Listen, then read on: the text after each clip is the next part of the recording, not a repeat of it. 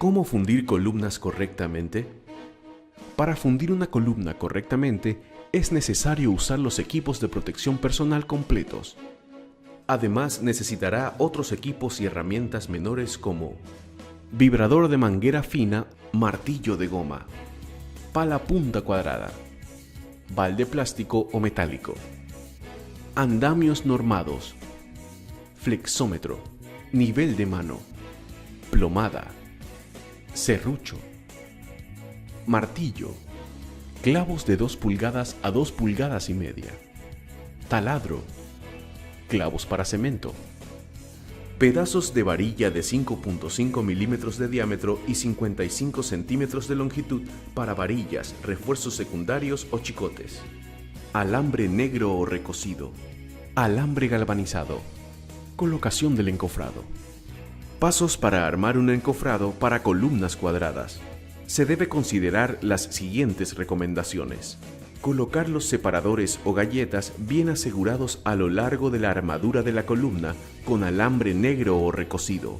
Luego se elaboran las boquillas o escuadras de replanteo, aseguradas con los clavos para hormigón en las bases de la columna para asegurar los tableros laterales del encofrado. Limpiar muy bien la parte inferior de los tableros o unión de la columna con los plintos, zapatas o losas donde va a nacer la columna.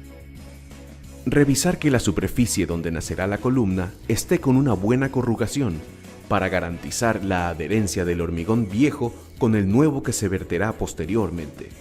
Se deberá poner en el encofrado un desmoldante industrial que no afecte la calidad ni durabilidad del hormigón. Revisar siempre las medidas en el plano arquitectónico y estructural para no fundir una columna de mayor o menor medida a la especificada. Asegurar 3 de las 4 caras de los tableros laterales del encofrado de columna y luego revisar el plano arquitectónico para poner las varillas, refuerzos secundarios o chicotes y asegurarlos con la columna. 2 de los 3 lados del encofrado deberán estar asegurados con trabillas laterales y así garantizar que el encofrado de columna podrá sostener en su interior al hormigón. Se deberá con la plomada o el nivel de mano comprobar la verticalidad del encofrado y así garantizar la correcta ubicación de la columna. Luego, cerrar el encofrado con el cuarto tablero lateral y empezar a asegurar con trabillas laterales y clavos galvanizados. El apuntalamiento es fundamental para mantener esta verticalidad. Las trabillas de cuartones de madera deberán ser asegurados con alambres galvanizados o pasadores, de modo que sirvan como vientos o aseguradores de la verticalidad del encofrado. Se debe considerar dejar en la parte inferior, en las escuadras de replanteo, una ventana de inspección y así garantizar que el hormigón llegó en su totalidad al fondo de la columna. Colocación del hormigón para columnas. Antes de fundir la columna, se deberá humedecer la superficie rugosa para obtener buena adherencia con el hormigón.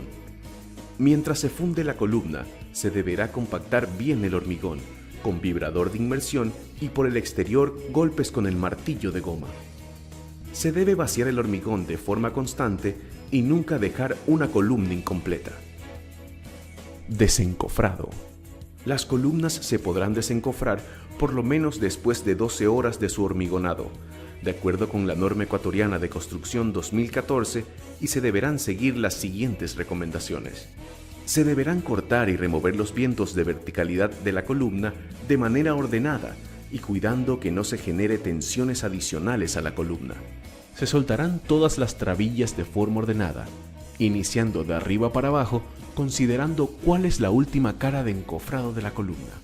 El primer tablero se retirará cuidadosamente con una cuña de madera dura, dado que la columna se encuentra en proceso de obtención de la resistencia final de diseño.